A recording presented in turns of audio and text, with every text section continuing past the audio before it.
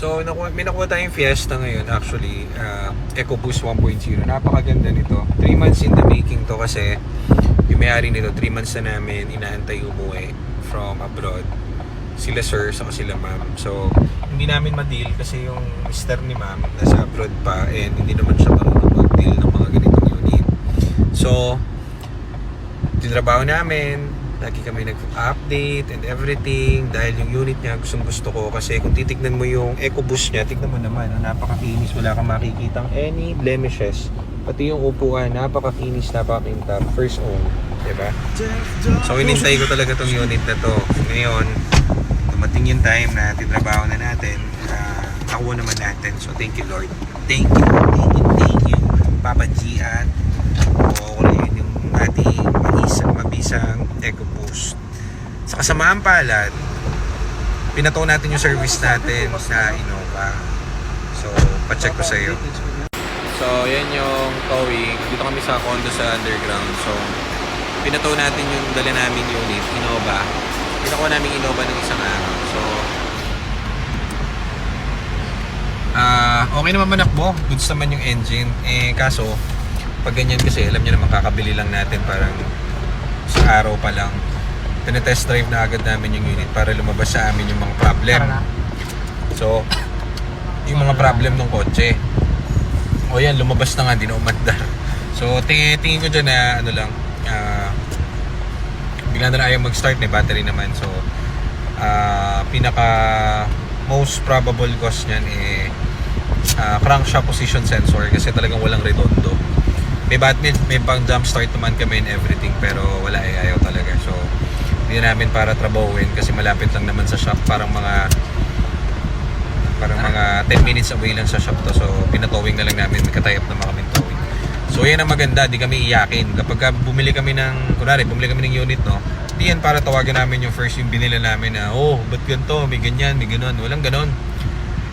Cargo namin yan. So, Boss, pinapalabas namin yung mga issue niyan at problema para hindi magiging ganyan yung nakakabili.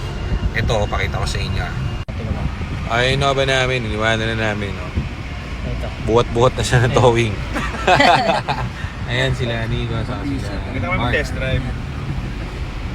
Okay, so Sana ako mag-drive. at least meron tayong nauwing piyesta.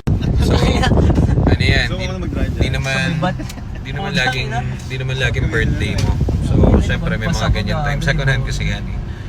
So, importante, di ka iyakin. So, kami, pinuwi mo, di kami iyakin sa unit. So, kahit anong mangyari dyan, kahit kunwaring ano pa maging issue niyan, pagagawa natin yan.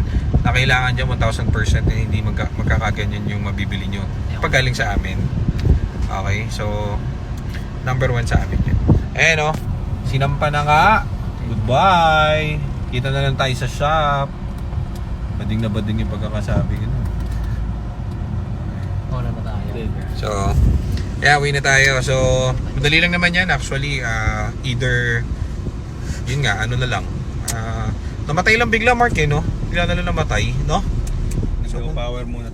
Nag-low power na lang. So, pwedeng crankshaft position sensor yan. Hindi kami magaling sa Toyota.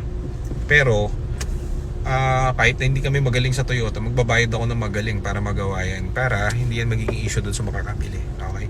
So, trawin muna tayo. Minabili naman tayong piyesta. Masaya pa rin kami. Masaya pa rin kami at mabisa. Sige guys, yun muna. Goodbye. Angas ng ginawa natin. Dumating tayong naka-Innova. Uwi tayo naka-piyesta. Bumili tayong naka-piyesta. Ayos din. Kabisa. Wala eh. Hindi namin kabisado. Kasi kapag mga ganyan, ibang brand, di kami magmamagaling. Di namin kabisado yung mga ganyan. Sa Ford, yan.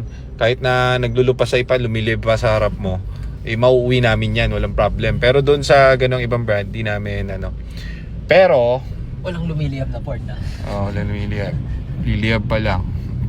Ayan, uwi na tayo. Tara. Masaya naman tayo na meron tayong mabisang EcoBoost. So, pagbaba ng towing, umanda rin Innova.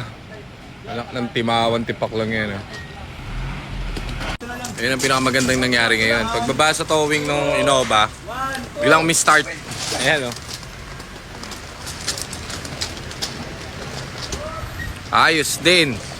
Sayang 3.5 towing. Anyways, pa-check natin bukas yung mga sensor niyan. Sigurado may something yan. So, Trabawin natin tomorrow.